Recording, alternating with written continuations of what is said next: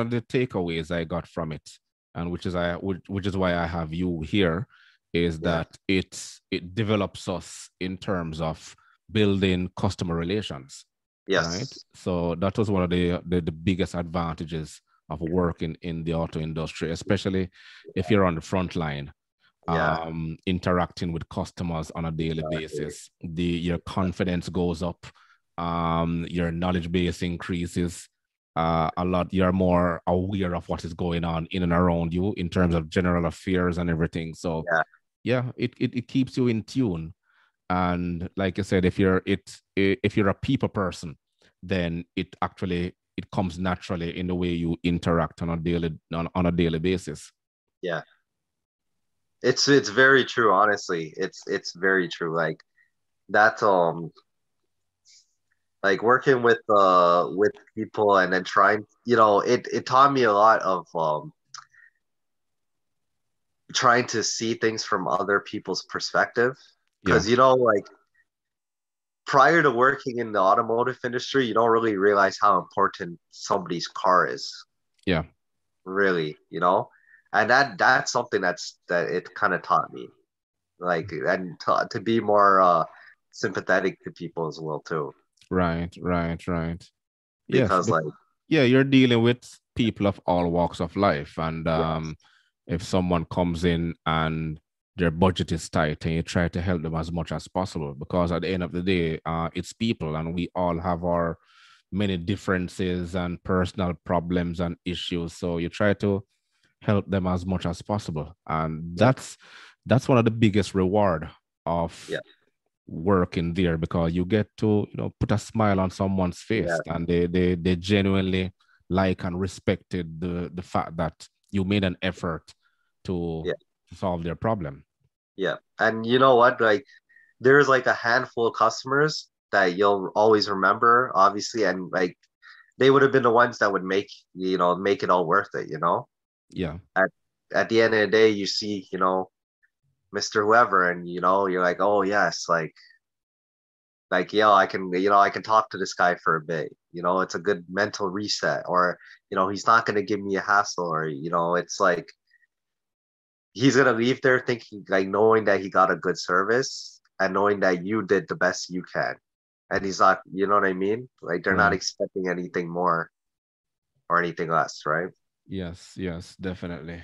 You mentioned earlier you were with Volkswagen and then you were with Toyota, but Yeah, how, if I should, tickle your brain a little, how would yeah. you compare both brands in terms of their operations? Or were the dealers Oh, operated similar, or was one more process oriented? What were the um, significant differences? it was actually completely different, to be honest. Like, in the way that like, not completely, okay, it was completely different in the back end, like when it came to like the paperwork and things like that and the processes. Hmm. But like in the front end, like being an advisor at both dealerships was like the same thing. Yeah. I went from Volkswagen, and you know what? Honestly, dealing with Volkswagen customers are a lot worse than Toyota ones. I'll tell you that much. I'll tell you Maybe you're giving Toyota too much credit. that. So especially if you're dealing with the ones after the diesel, yeah, it's like. Okay, okay. On that note, well, yeah. But one thing is that okay, so the difference between both of them is like Volkswagen, when there was a failure on, their engines or anything like that, it was like you had to do everything to kind of get them to cover it or things like that. There was a lot more hoops and things to jump through, and like it was like everything that we did, we always have to double check it and triple check it to Mhm. make sure it was done properly. If not, like, we would have to resubmit everything, or it would just be a longer process. Toyota Okay. to me was a lot more lenient, and you're actually able to contact anybody that's higher up when you're working at Toyota a lot easier than when we were working at Volkswagen, to be honest. Okay. Like, it Okay. just felt like Volkswagen at the dealership was a lot isolated from Volkswagen Canada, Hmm. versus like Toyota as a dealership felt like it's more connected to, TCI or like anywhere. Yeah, yeah, yeah.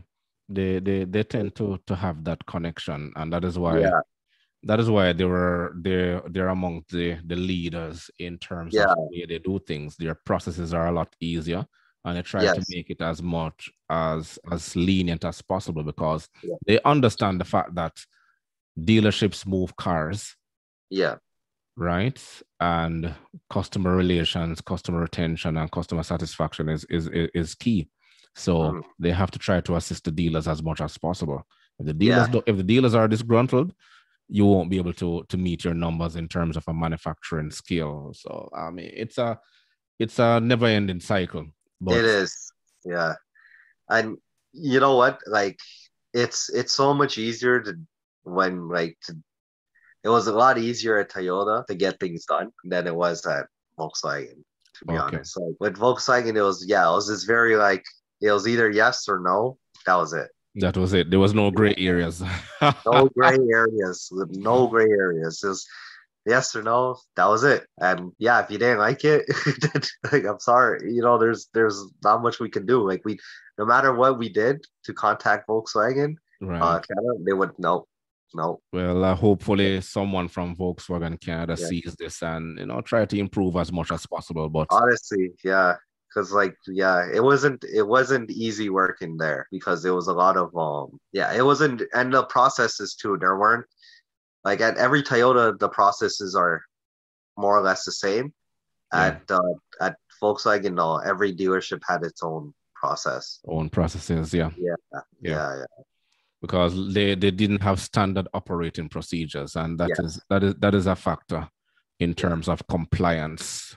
yeah. Compliance is also something that Toyota is big on, right? Yes, And yes, yes, and they will share the information in terms of best practices right across the world. All you do yeah, is look at what another region is doing, then you take that information, take it across, you customize it, yeah, right? You don't use everything, you customize it based on your market, your yeah, culture, your the values and attitudes of the customers that you're actually serving, and then you implement it.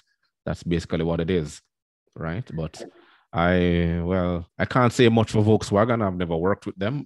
yeah, I Ford is also similar to Toyota. yes, They caught on. They have their one Ford vision that they spread across to all dealers. So they're also another very good one as well. I've uh, worked with Subaru. Subaru has their processes. They're partially owned by Toyota. So yeah, the yeah, processes, yeah, yeah, the yeah. processes are similar.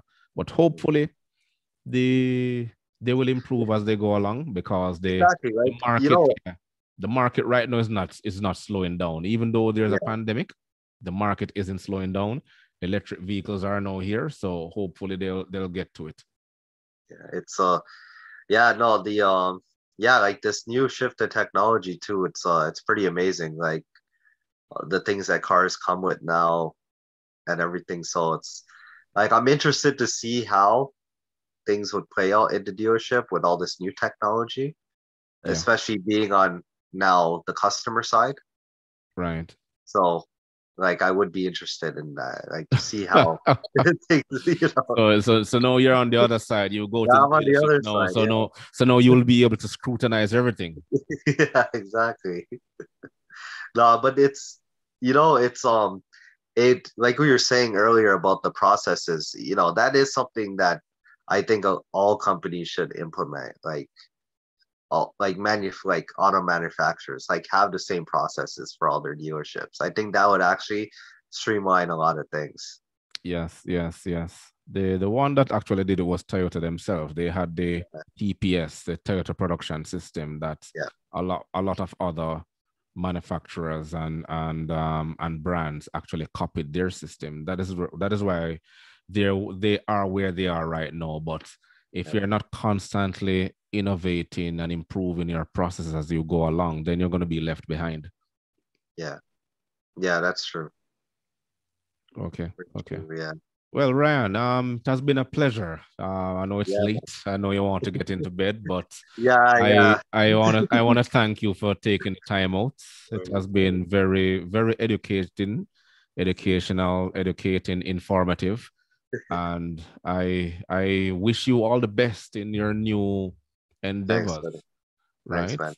man. Of course, it will be more money in your pocket and you can buy a luxury VW or a Yeah, yeah. Hopefully they have their processes down by then. okay. Yeah. Know that you'll be walking through the door and they'll have to ponder to you right now. So. But no, man, no.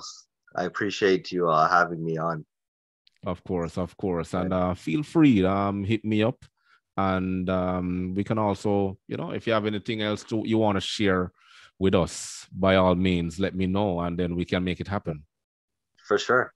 Appreciate it, Okay. man. All right. Thank you for coming on and do have yourself a good night. Yeah, you too, buddy. All right. Take care.